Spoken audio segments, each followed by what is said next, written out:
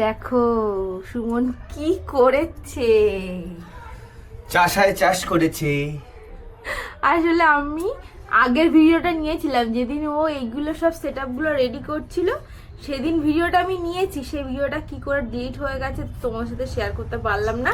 দেখো এটা বুঝতে পারবে, এটার গাছ অলরেডি বেরিয়ে গেছে আর এইটা এখন সবে বেরোচ্ছে। বোঝা যাচ্ছে এখানে ক্যামেরায়? দেখো বোঝা যাচ্ছে, এই দেখো বোঝা যাচ্ছে, অল্প অল্প বেরিয়েছে। এইটা হলো জিনিয়া আর এইটা হলো কার্নেশন। এগুলো বড় হোক। আচ্ছা তুমি এবার বলো, ট্রান্সপ্ল্যান্ট করা হবে। তুমি এবার বলো যে হঠাৎ করে তোমার কি মনে হলো যে তুমি এসবগুলো করলে? হঠাৎ করে কিছু মনে হয়নি, মানে ব্যাপারটা হচ্ছে চারা কিনতে গেলে বড্ড বেশি দাম নিচ্ছে, তো ওর থেকে আমি নিজেই চারা বানিয়ে দিই।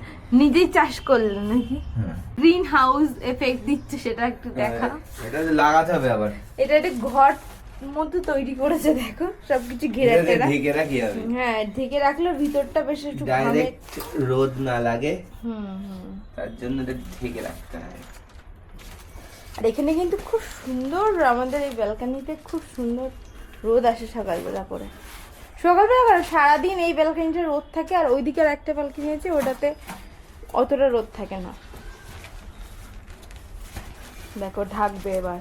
আমরা সকালবেলা দেখো এখানে এখনো ঘামা ঘামা আছে। সকালবেলা উঠে দেখি কি না যে ওইটা দিয়েও গাছ বেরিয়ে গেছে। সুমনের তো ভীষণ মজা হচ্ছে নাকি?